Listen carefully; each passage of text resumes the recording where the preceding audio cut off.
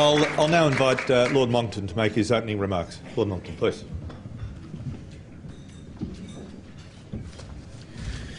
My lords, that's me, ladies and gentlemen, the climate, like the cricket, is chaotic. Who would have believed that England would not only win back the Ashes, but would then hang on to them the next time round? Just thought I'd rub it in. Now, because the climate is chaotic, or even if it isn't, it acts as though it were, it is not predictable in the long term. And that, if you do science by consensus, and that was the central argument that Professor Dennis offered us today, that there is a consensus, if you do climate by consensus, then the consensus is expressed in the documents of IPICAC, the Intergovernmental Panel on Climate Change. And they say that the climate is a coupled, non-linear, chaotic object, and that therefore the long-term prediction of future climate states is not possible.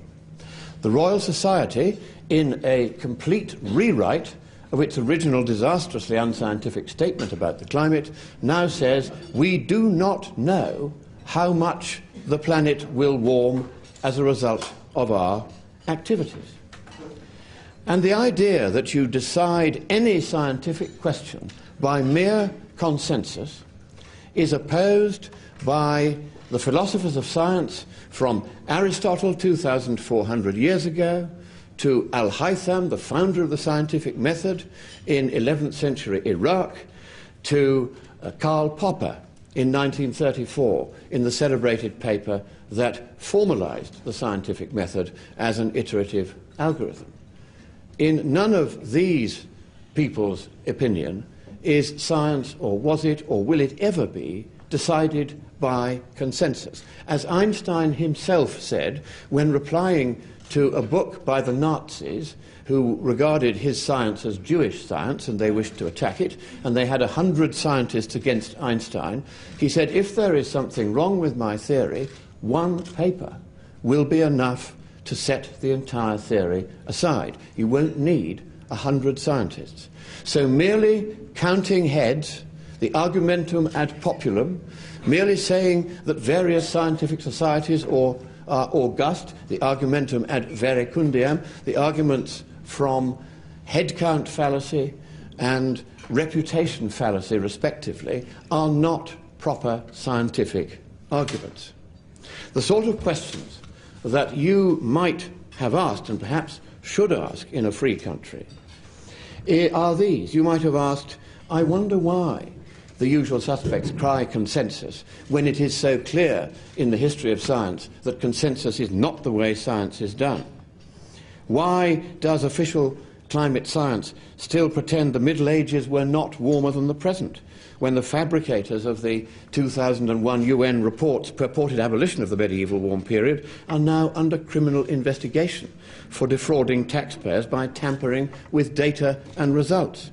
I wonder why the published version of the 1995 UN report, written by just one man, stated the exact opposite of the scientists' final draft, which had said 5 times that no human influence on global temperature was either discernible or immediately foreseeable. Or I wonder why the published version of the 2007 UN report deploys a flagrantly fraudulent statistical technique to pretend that the world is warming ever faster and that we are to blame. And why do we think that we're going to suddenly get 3.3 Celsius for a doubling of CO2 concentration this century, that's the IPCC's central estimate, or 5.1, which is your government's central estimate, when all the science done by measurement and observation rather than by models suggests just 1 Celsius degree? And then Professor Dennis raised the question of the insurance principle. Just in case there might be a risk of a large asteroid hitting us, we should spend 150% of global GDP from now forever to try to make sure we have a large cricket bat to knock them out of the way again. And in the London insurance market, we have a saying, and that is that if the cost of the premium exceeds the cost of the risk, don't insure. And that brings me to the carbon tax and the mineral resources rent tax. Now, both of these taxes are going to cost more than the cost of letting global warming happen in the first place. One question we should ask is, how much global warming will a 5% reduction in Australia's emissions, which represent in turn 1.2% of global emissions, actually achieve? Well, here's the numbers. 0.06% of world carbon emissions remitted over the next 10 years, and the amount of carbon dioxide that would have been in the atmosphere, according to the IPCC, would fall from, wait for it, 412 to 411.987 parts per million. And this would forestall, wait for it again, 0.00007 Celsius degrees of global warming. This is consensus mainstream calculation. And this is 1/14,000th of a Celsius degree. It is 1/700th of the threshold below which no modern method or instrument can detect any change in global temperature at all. And how much will it cost? Around 127 billion over the next 10 years. And if you were to apply the Gillard method all over the world, a method as cost ineffective as her proposals, then it would take $60,000 per head of the world population just in the next 10 years, or 60% of global GDP, just to forestall the 0.23 Celsius of global warming that the IPCC predicts will occur over the next 10 years. And it is clearly cheaper to do nothing about global warming and to adapt in a focused way to any consequences that are adverse that may occur from any warming that may occur, than to spend any money whatsoever now on it. And that, if you do science by consensus, as Professor Dennis does, is the overwhelming consensus in the peer-reviewed economic literature. And it's the peer-reviewed literature that you find the true science in. And reviews of that literature by Lomborg in 2007 and Richard Toll in 2009 make it abundantly clear that the majority, in fact, a near unanimity among economists, show that it is greatly more expensive to try to intervene and to try, Canute-like, to tamper with the climate than simply to sit back, enjoy the sunshine, and adapt in a focused way as and if and only when necessary. And therefore, the carbon tax is the wrong solution to a non-problem. It has no place in the future of Australia.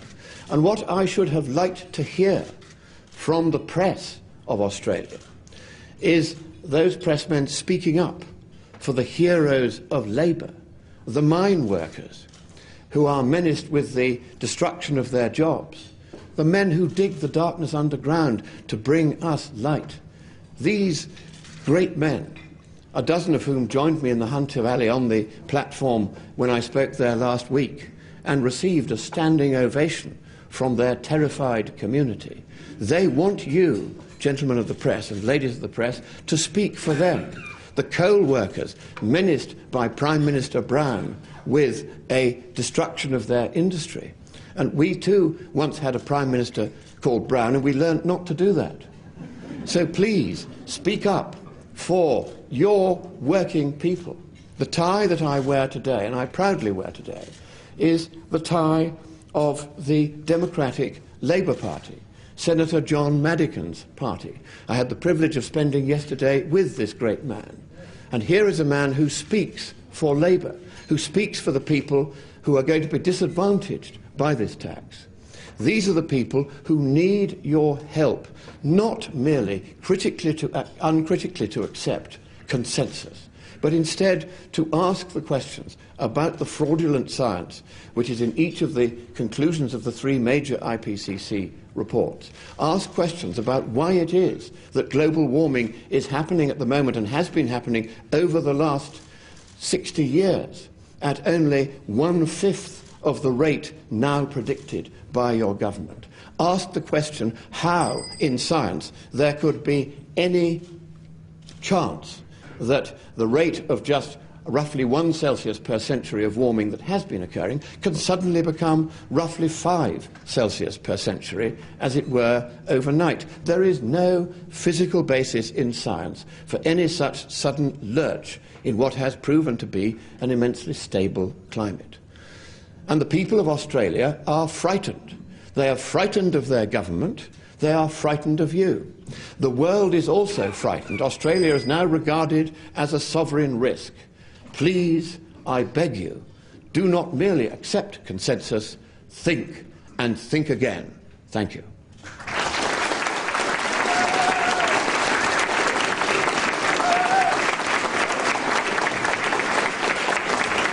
Ladies and gentlemen, we now turn to questions from our journalists in the audience. The first question today is from Christian Kerr. Christian Kerr from The Australian. A question to both our participants. Gentlemen, neither of you, as you have said, are scientists.